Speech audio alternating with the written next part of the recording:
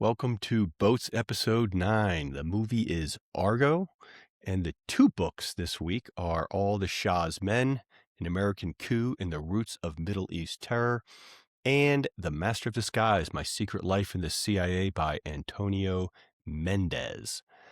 The movie is about the Iran hostage situation in 1979, where student protesters took over the U.S. Embassy and took over 50 hostages, most of them for 444 days. But during the takeover, 6 embassy members snuck out the back door and were hidden by the Canadian ambassador at his residence and the residence of another Canadian immigration officer.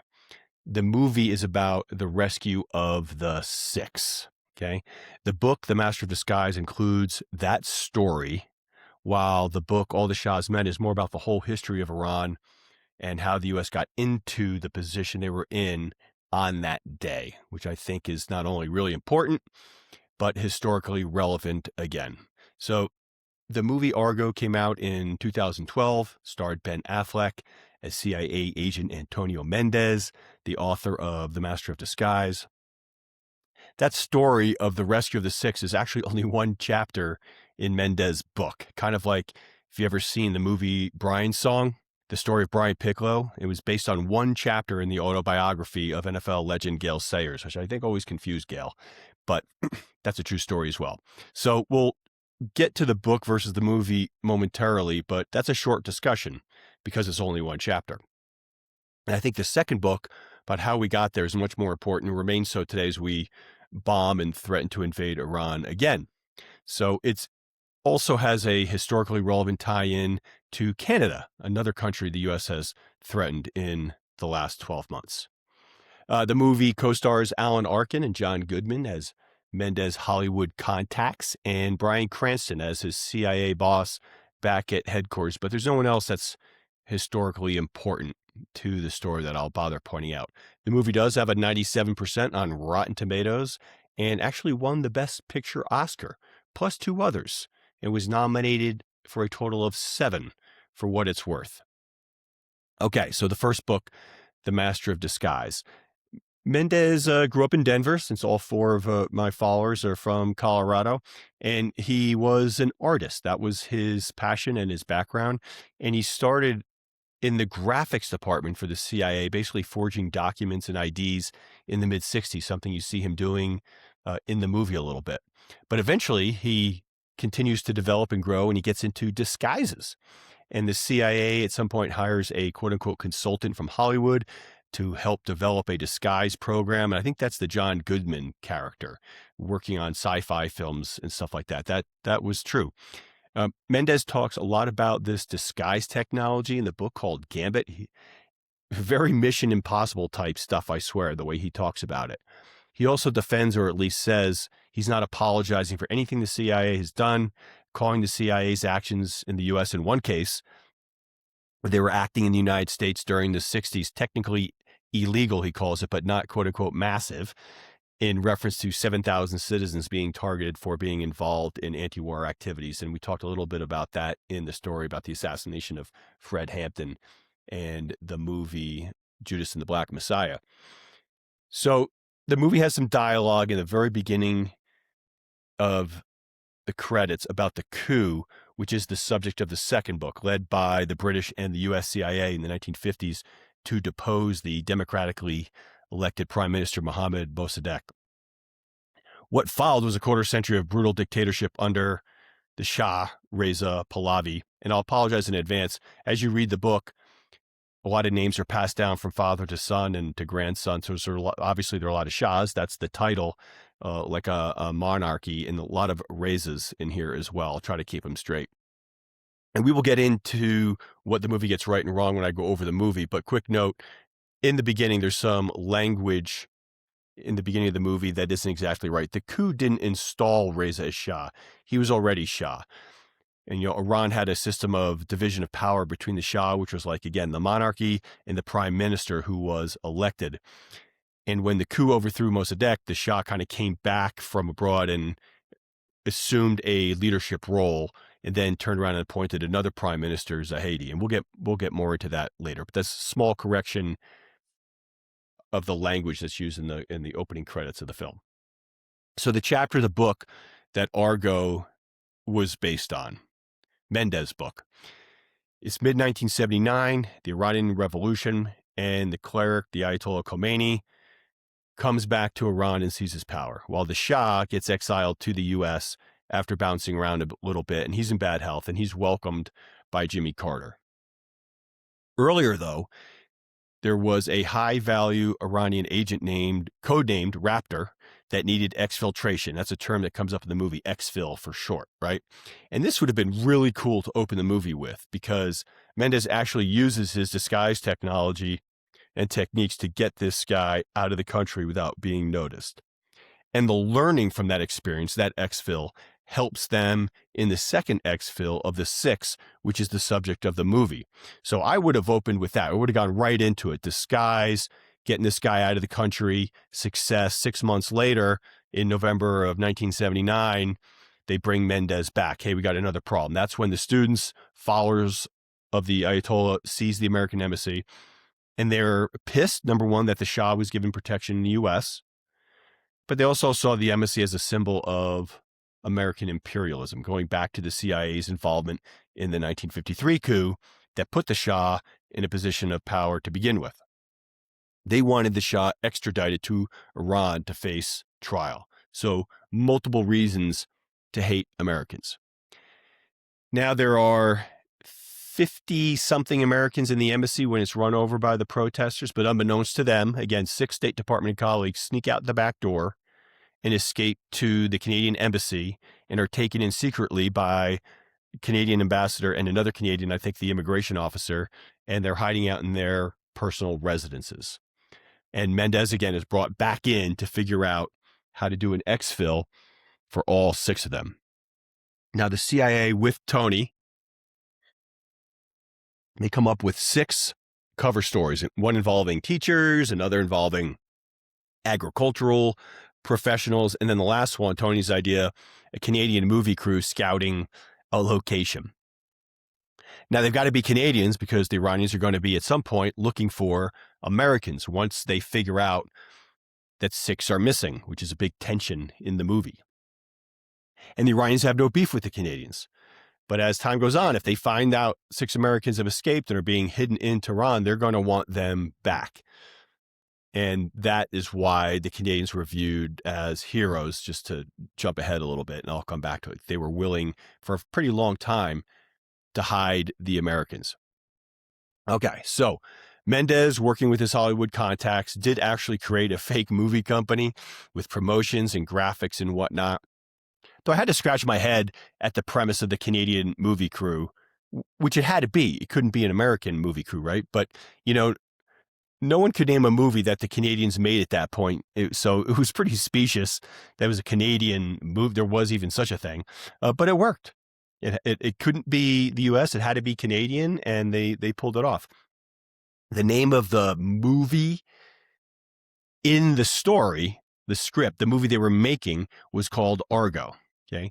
And it's a take on a toast that Mendez and his Hollywood buddies used to make. It's about a mumble by a drunk, go fuck yourself. And it sounds like Argo when it comes out of his mouth. And that they do it awkwardly a couple times in the movie without explaining it. But that was the story behind the name of the movie they were supposedly making as a Canadian film crew, if that makes sense. And there's another loose connection to Jason and the Argonauts, but they don't bother to go too much into that. It's a pretty short chapter in the book, actually. The movie, and I'll do true false as I go to make room for the second book, which is more important, actually. As I already mentioned, the movie had some dialogue in the beginning about the coup in 1953, led by the British and the U.S. CIA to depose the democratically elected prime minister, Mohammed Mossadegh, and the quarter-century of brutal dictatorship under the Shah, Reza Pahlavi, and how the coup didn't install Reza Shah. He was already Shah, but Iran had the system of the division of power between the Shah, which was like a monarch, and the prime minister who was elected. When the coup overthrew Mossadegh, the Shah came back from abroad, appointed Minister Zahedi, as was the wish of the British and the Americans. So the movie starts with the revolution, specifically the taking of the embassy in the fall of 1979 and the Shah fleeing to the U.S., somewhat for cancer treatment. He was very sick, but also he could have been executed if he stayed. The movie jumps right to that. The students breach the wall. The embassy residents start burning documents and shredding them. The students make it into the building, but not before 6 state employees make it out, leaving 50 or so prisoners. And the 6 seek refuge at the Canadian ambassador's residence in the movie. That's where the movie goes. And again, this was courageous because the Iranians' beef was specifically with the Americans.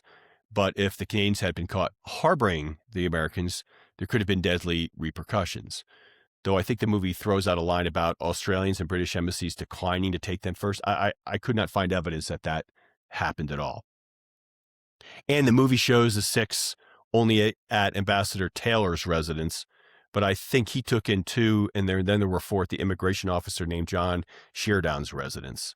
I don't know when they consolidated in real life, if they ever did, but for the movie, they were all in Taylor's residence. There's actually a book about the Canadian perspective. It's called The Canadian Caper, about the story. See what I did there? But I didn't read that one. And that book implies the 6 were turned away by the Swedes after a short stay and came to the Canadians. Anyway, the Canadians came to the rescue. And what the point that Mendez makes, and maybe why he only kept it to 1 chapter, because the story was told already, but he's claiming there were elements of the story that could not have been told because they were top secret at the time the Canadians published their book. And here he was telling the very, very true secret story from the CIA's perspective. Whatever. So it's about 69 days into the hostage crisis that Mendez gets brought in, and he's told to, quote unquote, exfil these 6 Americans hiding out with the Canadians. And he concocts the Canadian film crew scouting location idea, pulls in his Hollywood contacts to create the backstory. Meanwhile, Mendez is forging documents, his specialty. Mendez enters the country first as Kevin Harkins. That was shown in the movie and is true. Now, there's some disclosure in the movie about getting into and out of Iran, how you get a white copy and a yellow copy. You keep the yellow copy with you. Immigration keeps the white copy. And when you leave, it's the immigration officer's job to match the copies. That was true. Although in the book, Mendez did not really have a fix for this, but what he said was, based on his intel, the Iranians had not been trying to match those copies for months. So they were just basically going to wing it. They were going to hand back 1 copy, the yellow copy. They wouldn't find a white copy, or they wouldn't even look. They would just let them through. The Americans hiding out in the Canadian embassy are now given their cover stories by Mendez. They work on them. He grills them. He does fake interrogations. According to the book, though Mendez is very self-serving throughout, so who knows, he suggests that the 6 were actually very quick to accept the movie crew cover story. In fact, keeping with the disguise backstory, he said on the day that they were planning to sneak out, the 6 got really into their costumes, which would have been cool to play up in the movie. Like they went over the top in changing their hairstyle and their dress and their makeup and their whole look would have added a little bit of a comic element, as the movie took a very serious approach, as it was serious. But Affleck not cracking a smile or anything for 2 hours actually got weird. One major moment of drama that was made up in the movie was the pending sign-off from President Jimmy Carter.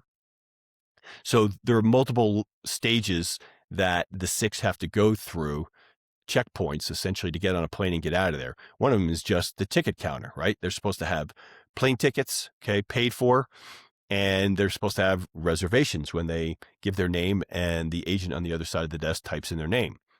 In the movie, they show that like the airline tickets had not been paid for and the reservations weren't there because they hadn't gotten Jimmy Carter's approval yet. And then in real time, Affleck and the 6 are in line at the ticket counter waiting for the tickets to update, literally, as his boss, Bryan Cranston, is trying to get Carter out of a meeting, or his senior aide to get out of the meeting and approve it so they can financially pay for the tickets and have the reservations show up in the reservation system. Very dramatic. Didn't happen that way. In reality, Carter approved the mission as Mendez was on his way into Tehran from Switzerland. So pretty late in the process, but way before that moment. The other moment of drama, again, at the end that they created, was the cars chasing the plane down the runway. that didn't happen, at least not according to Mendez' book. There was very brief moments of tension. People, you feel like you're being stared at by someone with a automatic rifle. They're suspecting you're a fake or whatever. And there was a delay in the flight, 30 minutes, and there was a little bit of panic, but it was just a mechanical issue. And once that was fixed, they got on the plane. Actually, according to the book, at least, other than those things I just described, the exit through customs was rather smooth. But that doesn't make a great movie. So they made some stuff up. What was in the book and is kind of catchy is when they're actually on the Swiss Air flight and everyone's very quiet and they just leave Iranian airspace. And when the attendants comes over the intercom system and says, "Oh, we can now serve alcohol because we're out of Iranian airspace." That's kind of a cool touch. And that was in the book as well. But now to the real important stuff. What was going on around the world and around this story at this time? Here's a cool story. Earlier in 1979, so I don't know, maybe 6 months before this hostage situation took place, but the Iranian Revolution was underway, Ross Perot, yes, that Ross Perot, presidential candidate as an independent in the 1992 election in the United States, he organized the rescue of 2 electronic data systems employees that were already in a prison in Tehran accused of bribery charges. Ross Perot himself hires a retired Army colonel called Arthur Bull Simmons and a team to instigate a riot among the prisoners that would help these 2 escape. And it worked. And there's a book about that called On Wings of Eagles, but no movie that I'm aware of, though it was made into a TV miniseries. And by the way, I can still hear Ross Perot talking about the giant sucking sound during the 1992 election for president in reference to NAFTA, and boy, was that prescient. Anyway, and of course, at the same time, Russians' invasion of Afghanistan, leading to Charlie Wilson's War, the subject of last week's episode. That's taking place, okay? So let's get to the very important second book, All the Shah's Men. And honestly, if I could get Americans to read one book from the 10 or 11 that we've read so far in BOAATS, this would be it, especially as Iran is in turmoil again. We're bombing them and threatening them, and they're experiencing a revolution again. The second book by Stephen Kinzer explains everything that leads up to the Iranian Revolution in 1979. Kind of, how did we get here? And it answers what are the references to the coup in 1953 that opened the movie all about, okay? I won't go back 4,000 years as the book does, but I'll jump to 150 years ago, okay? Iran was ruled by a Turkic tribe from the late 1800s up to about 1925, and they were responsible really for Iran being stuck in poverty as the rest of the world was kind of rapidly developing. There's increasing unrest, and the Shah of the time is selling Iran's patrimony to foreign buyers. Then he revokes concessions, then he starts them again. And the people are done. They demand a parliament. And back then, even the priests were on the side of progress and increased freedom. I just bring that up because you will periodically have direct tension between someone that wants to implement a secular government and somebody that wants the government to be basically ruled based on religion. So it's a bumpy road to democracy. And then there was a guy, I think his name is Muzaffar al-Din Shah. He dies in 1907. He's succeeded by Crown Prince Mohammed Ali Mirza, who ignored the Majlis, which is their name for their parliament in Iran. And he starts a terror campaign, creates a gap now between secular education and religious fundamentalism, the Constitution and the Quran that I just kind of referred to. That's a big switch right there in philosophy and leadership. Now, this whole conflict exposed a power vacuum that the British and the Russians were very anxious to fill. But by 1917, Russia had its own revolution to deal with. So the Brits come in and really take over, specifically the oil industry. And remember, this is the same time in Killers of the Flower Moon that the combustion engine is exploding and oil demand is exploding. The next war will require a lot of oil. So the British are focused on securing more oil supply by force.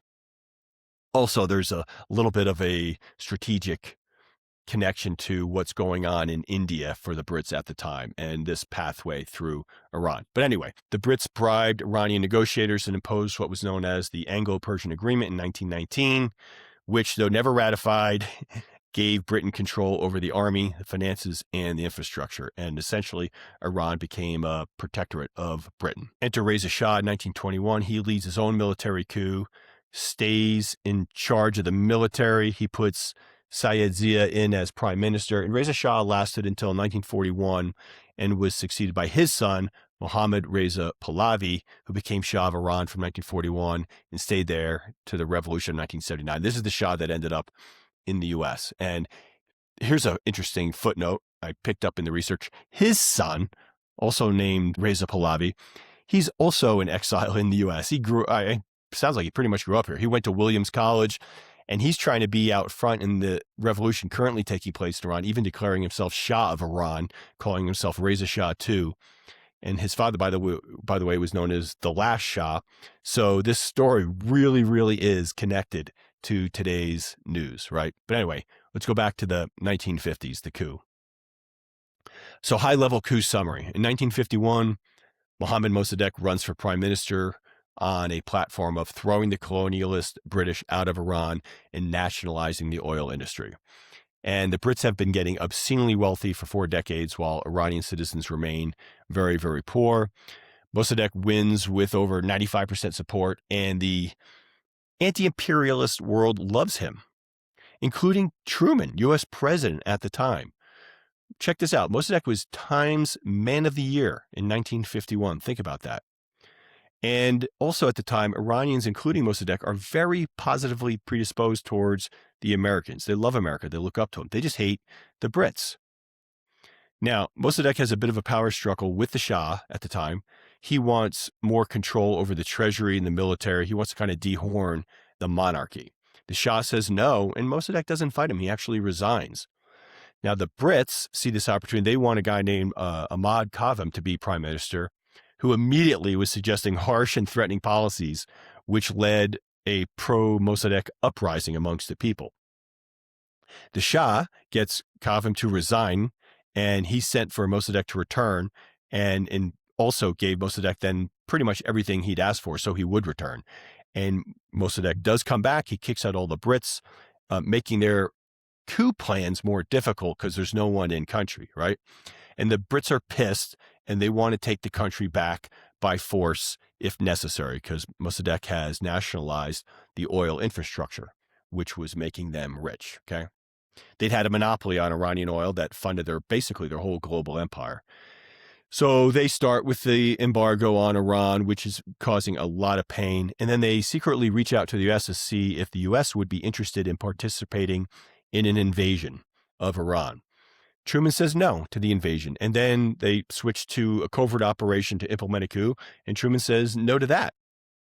By the way, the U.S. is embroiled in Korea at this time as well. But again, Truman is really on the side of the Iranians and their nationalist endeavors. He kind of is really turned off by the imperialist nature of the UK.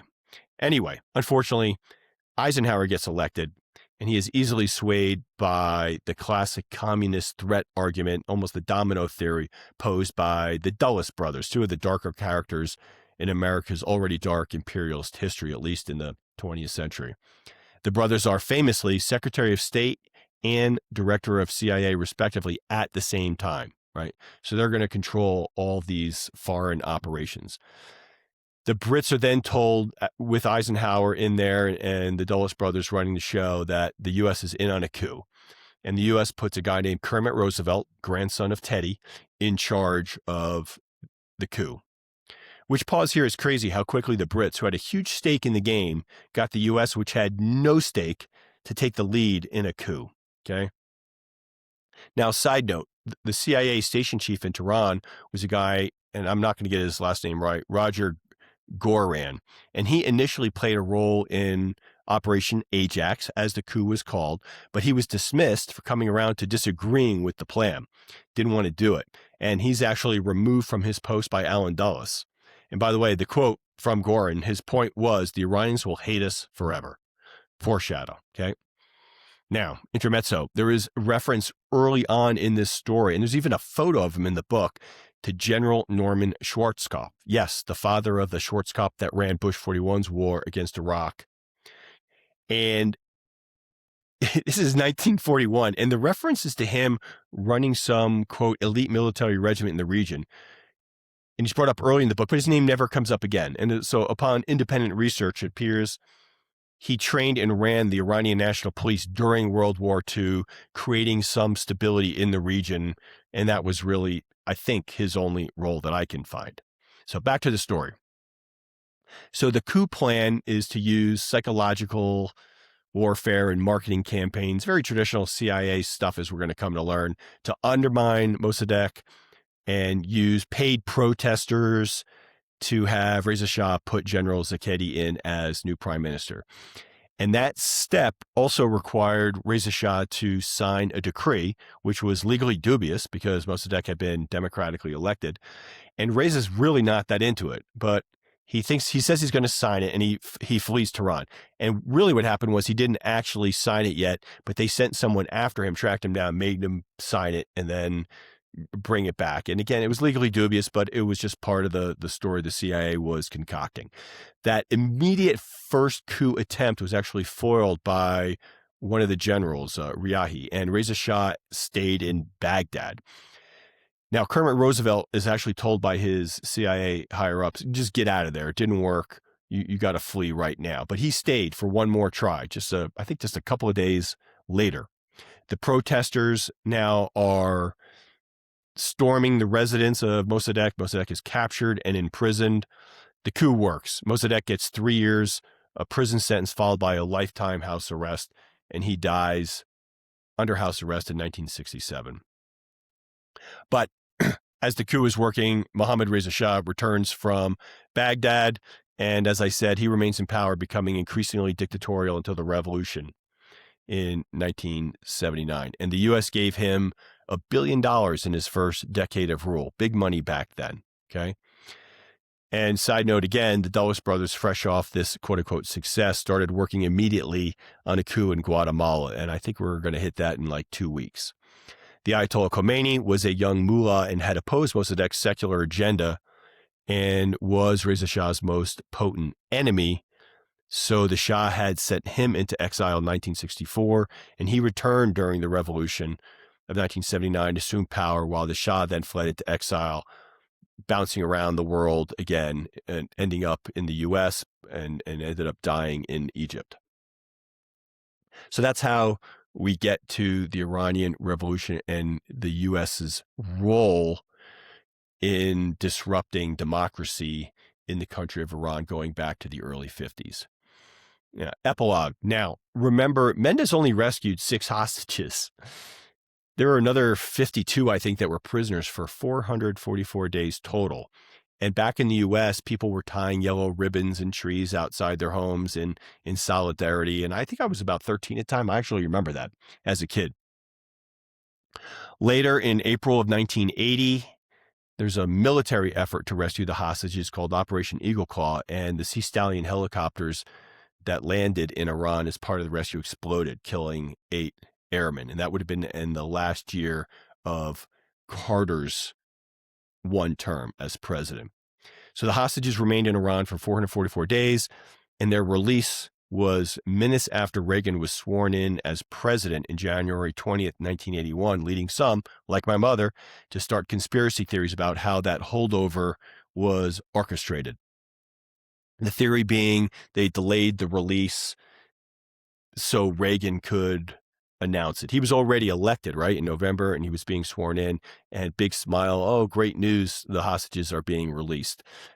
Carter had negotiated the release, but Reagan got to announce it to the country. Never proven, but that conspiracy theory is actually still out there. And in Iran, after this story, we almost immediately threw our support behind Saddam Hussein in Iraq, who is at war with Iran. Yep. Saddam Hussein was our guy in the Middle East until he wasn't, right? And then, as you'll see next week's episode about Iran-Contra, we started working with Iran again, essentially playing both sides during the 80s. So in closing, Mossadegh was far from perfect. He was probably very naive and idealistic. He didn't really have a financial plan for the country once he kicked the Brits out of the country and shut down the oil industry and any share of the revenues they would have gotten. But he wanted a secular democracy. He had overwhelming support of the people. He loved America, and America loved him, and we killed it. And again, also going around the same time as the hostage crisis, Iran-Contra was heating up, the subject of next week's episode. That's unraveling. Reagan is a busy man behind the scenes, as we'll find out. So thanks for listening. If you don't have time, come out to the Snowpack this Thursday, January 29th. We have Mike Stanley headlining, Movida featuring, and Patrick Scott opening. Hope to see you there. If not, I'll see you next week for episode 10 of Based on an Almost True Story.